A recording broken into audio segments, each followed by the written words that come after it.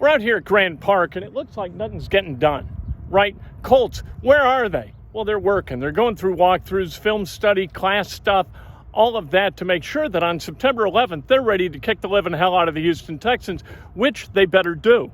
We had a chance today to talk to Marcus Brady, the offensive coordinator of the Colts, about the offense. Matt Ryan, what he's figuring out, the receivers, where are they? I asked about tight ends, the offensive line. He has his fingerprint on every part of this offense, and it's all got to function in sync for this thing to go.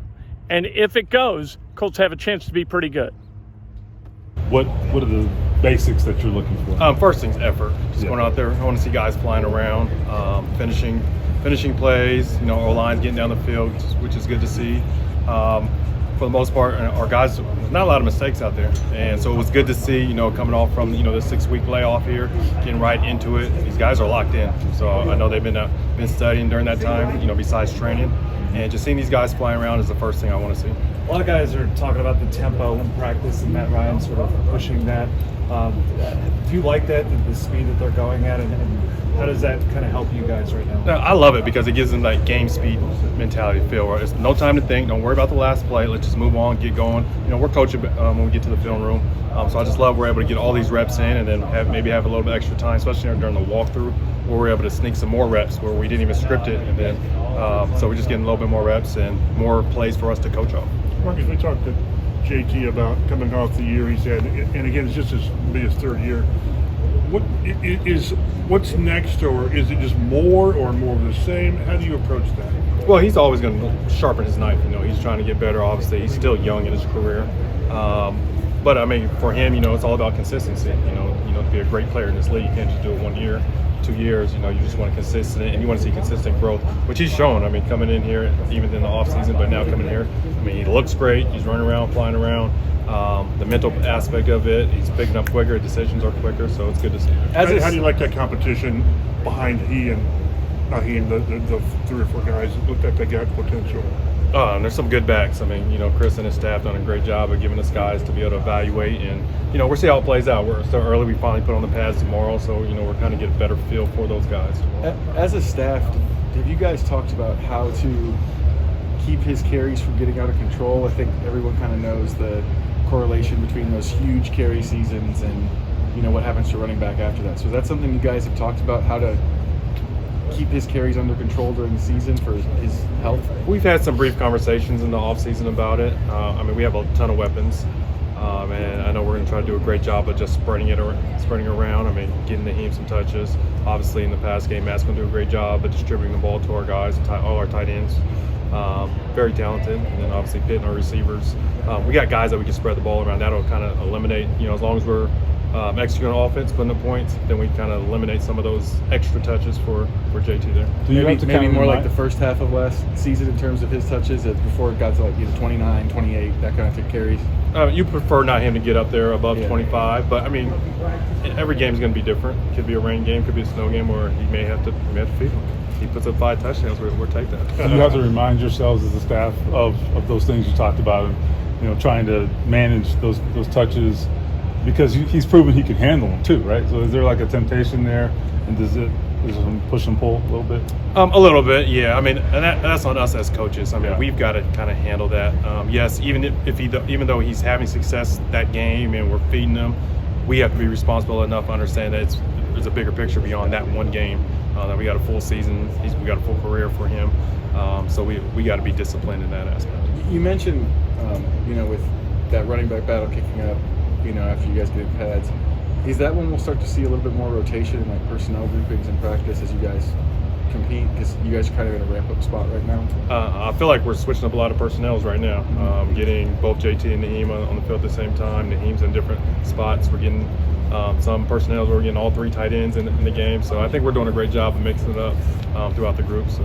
How do you evaluate these tight ends against each other? It seems like you got 4 that can play. I'm just watching them continue to grow. They're all young. Obviously, Mo's the most experienced of the 4 guys there that's competing. But just watching them grow, getting more routes, whether it's during one-on-ones, and then they're in every period. We're mixing it up. They're doing a great job. They all bring something different to the table.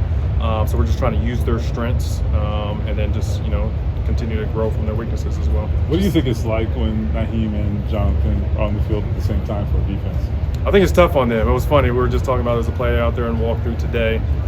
We kind of got a unique formation, both of them in the backfield, one tight end on one side and then two receivers on the other side, and it caused confusion for which way for the defense to line up because it was kind of different for them. We hadn't shown that yet. And that's what we're trying to do. We're trying to be unpredictable offensively, get our explosive players on the field, obviously, with Naheem and JT, and then to create problems for the defense. Having a couple practices so far for Alec Pierce, with the chance to have him go against a guy like Stephon Gilmore, how much is that going to help his game? Well, I would think it's only going to make him better. For him to be able to compete against a guy of that caliber, it's going to make him work his craft. Sharpen his craft, go watch the video, see what he could have done differently, work with Reggie. He's going to help him continue to grow. And he's just, again, competition is just going to get him better. Having Naheem and Jonathan and the ability to play them together, is that kind of unique wrinkle? You don't see a lot of, two-back sets in that way.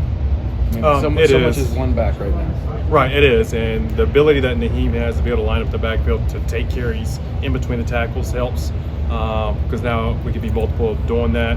We can motion JT out. We can put Naheem in the slot, run routes because he runs routes like a receiver as well. So he gives us that versatility to make it hard on defenses.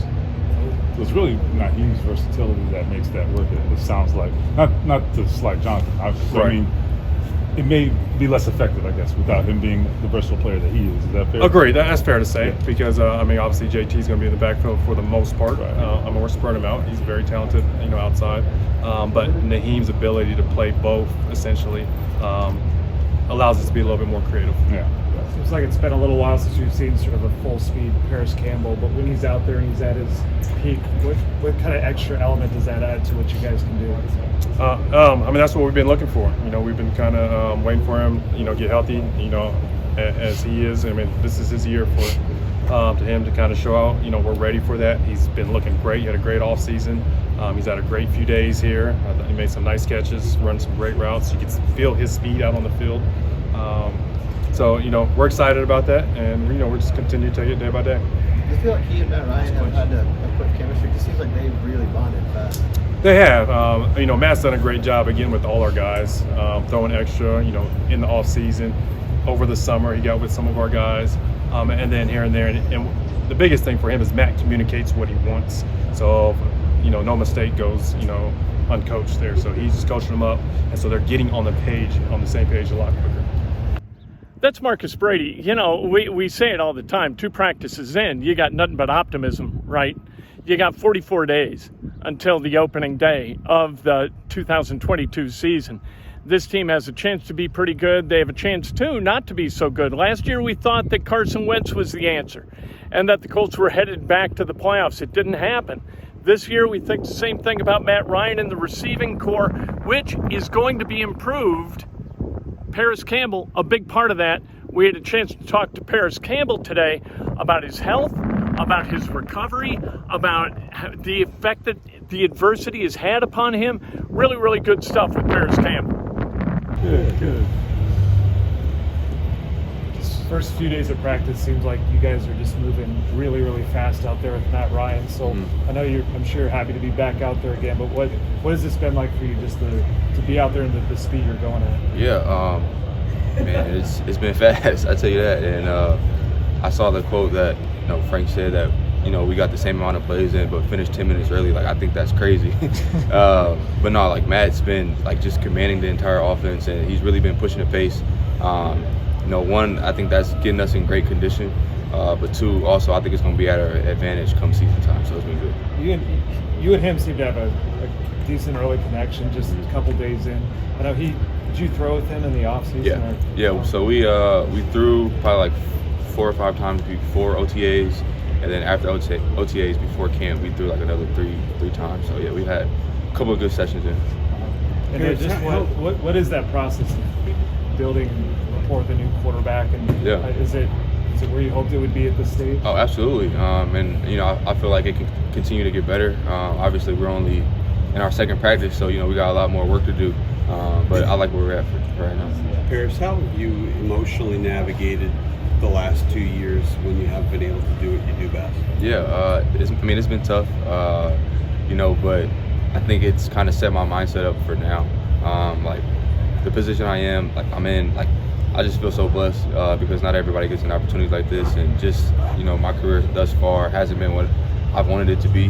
But like I said, it's definitely set my mindset up, and every time I take that field, like I never take it for granted because I know how fast it can be taken away because I've experienced it. When you say it sets up your mindset, I'm not sure I know exactly what that means. Just because like in the past, I don't want to say I took things for granted or that I didn't appreciate it, but like now I just appreciate this game and just appreciate the abilities that I've been blessed with so much more. Just because like I did have to go through getting the game taken away from me due to injuries and having to sit at home and having to go through rehab. Like that obviously it's a 100% injury possibility that you're going to get hurt playing this game, but that's something you don't think about when you've never gotten hurt. So just having to go through that, it's what is setting me up for now.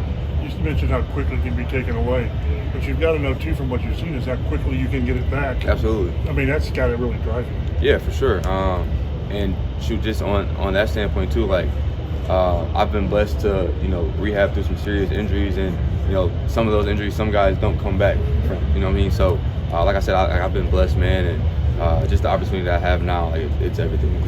If there's somewhere you get, knock on wood, you can't. Do you feel as good now as you did coming in as a rookie? Yeah, health-wise. Absolutely. I've like coming in, I had no prior injury history, and things of that nature. Obviously, I've been through a lot, of my body's had to adapt to that, but I feel great. It's some of the people. Go ahead. It's a small sample size. We kind of saw you 2 catches yesterday that were those crossers, that we saw catch from Phillip in the Jacksonville game when he was here. Wasn't as big a part of the offense. Does your role kind of expand with the way Matt uses the middle of the field a little bit? Yeah, I mean, shoot, not only my role, but I think everyone's role kind of expands. I mean, you guys know, like, Matt likes to spread the ball around a lot. I mean, and as a Colts offense, that's what we like to do in general. So I think Matt coming in is, going to take that to the next level. But yeah, personally for myself, obviously when I'm lined up in the slot, running those crosser routes, like that's Matt's bread and butter. And shoot, even on that play, like he kind of told me, like, because I kind of tempoed out of it because I kind of felt like I got in the window too fast, and he's like, no, just trust me, like just run. And like little things like that, like they go a long way just with that, building that rapport and building that connection and building that trust. So yeah, I think it's going to elevate it for sure. How comfortable are you on those crossers, those overs in the middle of the field? Yeah, sure. I think that's my bread and butter too. That's something I've done, just throughout my college career, and coming here, like you guys see me do that stuff. So, like whenever I'm in the slot, like I'm most comfortable for sure. Not to take you down the dark path again, but who are some of the people that you leaned upon to kind of get through the whole ordeal? Shoot, my family. My family was everything for me. Obviously, my wife and my children, my mother, grandparents, sisters, like everyone. Like they were there for me. And I joke about it with my wife all the time because I'm like, she kind of got double duty at the time. She had to take care of the kids and take care of me. But she held it down, and she was someone that I leaned on in those times. And obviously, talking to my mother every single day, just getting that positivity from them was everything for me, and they're the reason I do what I do, and obviously I leaned in on my faith as well. So those two things for me always go hand in hand, and having that support meant everything to me. One last thing on Matt Ryan, not asking you to speak for him, but I believe the last 3-4 years, he hasn't even sniffed the postseason, right? And you guys know what that's like to sit at home, and that's not a good feeling. Can you tell that he's driven, and maybe as a result of some of that? Oh, absolutely. I remember on rookie report day this past Saturday, like he was just so fired up, man. And like obviously the vets weren't here, but like him just being able to get back on the field, like getting in that camp mindset, getting in that camp mode, like he was just so juiced up. And it was like I was up there in the training room. It was like freaking 4 hours before practice, but he's just so ready to go, man. And like that's not fluke. Like that's him every single day. And like I said, like just the way he commands his offense and brings that energy, brings that juice, man. Like you can't not step on that field and not want to make plays for him just because the type of person he is and the presence that he brings. So. Tomorrow is the lone evening practice of camp. What kind of energy do the fans provide, especially in that kind of environment? Oh, it's gonna be fun. I'm excited. That's the first time we've done something like that. And obviously, you guys seen that, like the fans always bring a good showing, And like for a player, like that's everything to us. Like during camp, because I mean these hours can get grueling, and you know the process is long. But you know seeing the fans and you know they just bring a different energy dynamic to it, and it makes it fun. That's Parris Campbell. That's a guy we don't really know. We haven't seen him be productive on the field yet in the measure that he wants to be productive or the Colts want him to be productive, right? But you listen to him, tell me you don't root for that guy. We'll see what he does come the regular season, the opener just 44 days away.